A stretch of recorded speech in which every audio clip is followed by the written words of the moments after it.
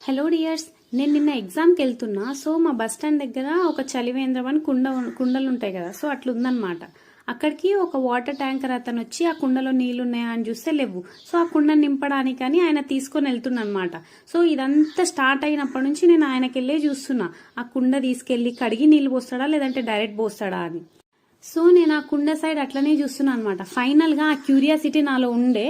So ఇంకా ఆయన మాత్రం కుండ కడిగేసి నీళ్ళు పోసిండు. సో ఫైనల్గా నేను సాటిస్ఫై అయ్యాను అనమాట. ఎందుకంటే కడిగి పోసాడా లేదా అనేది ఉంటుంది నా మైండ్లో. సో ఆ కుండ నింపేసిన తర్వాత కుండ తీసుకెళ్లి మళ్ళీ అక్కడ పెడదామని ఇట్లా లేపిండు అనమాట.